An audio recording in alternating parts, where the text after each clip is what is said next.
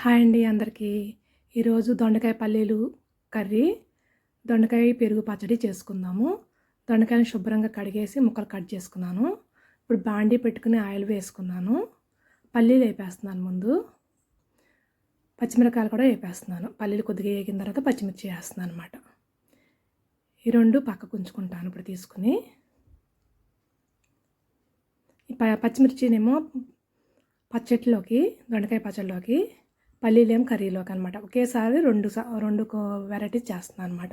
ఇప్పుడు తాలింపు దినుసులు సేపు వేసేసాను. ఇప్పుడు కొద్దిగా కరివేపాకు వేసాను. ఇప్పుడు దొండకాయ ముక్కలు వేసేసుకుందాము. అన్ని దొండకాయ ముక్కలన్నీ వేసేస్తున్నాను. ఇవి కేజీ 2గా చేస్తున్నాను అనమాట పచ్చడి ప్లస్ కూర. సాల్ట్ వేసాను. కొద్దిగా పసుపు కూడా వేసుకుందాము. ఎంతో టేస్టీగా ఈజీగా ఒకేసారి 2 ఐటమ్స్ చేస్తున్నాను అనమాట. ఈ మంచిగా బాగా వేపేసుకోవాలి. చాలా అంటే చాలా ఈజీగా చేసేసుకోవచ్చు. టైం వేస్ట్ చేసుకోకుండా ఒక విధాలుగా చేసుకోకుండా ఒకే విధానంలో మనం 2గా విభజించి చేస్తున్నాను నేను. ఇప్పుడు జార్లోకి తీసుకున్నాను. పచ్చడికి కావాల్సినంత తీసుకుంటున్నాను. సగం ముక్కలు తీసేసుకుంటున్నాను. ఇది ఇలా ఏగితే సరిపోతుంది చట్నీకి. ఇప్పుడు కర్రీ చేస్తున్నాను మిగిలిన ఉంచేసి.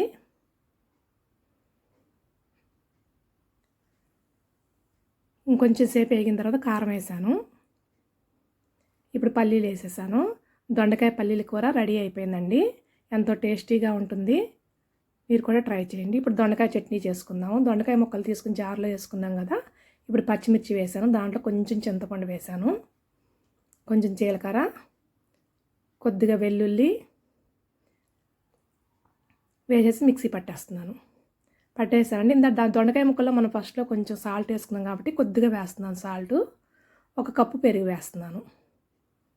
పెరిగేసి చట్నీ చేసుకుంటే చాలా బాగుంటుంది. రైస్లో కానీ, దోశలోకి అలా కానీ చాలా బాగుంటుంది. టిఫిన్లోకైనా, రైస్లోకైనా చాలా బాగుంటుంది. తాలింపు పెట్టి పోసేస్తున్నాను. ఆయిల్ వేసేస్తున్నాను తాలింపు. అంతే అండి, చాలా ఈజీగా చేసుకుని దొండకాయ పల్లీల కర్రీ అలాగే చట్నీ. వెళ్ళే ముందు సబ్స్క్రైబ్ చేయండి.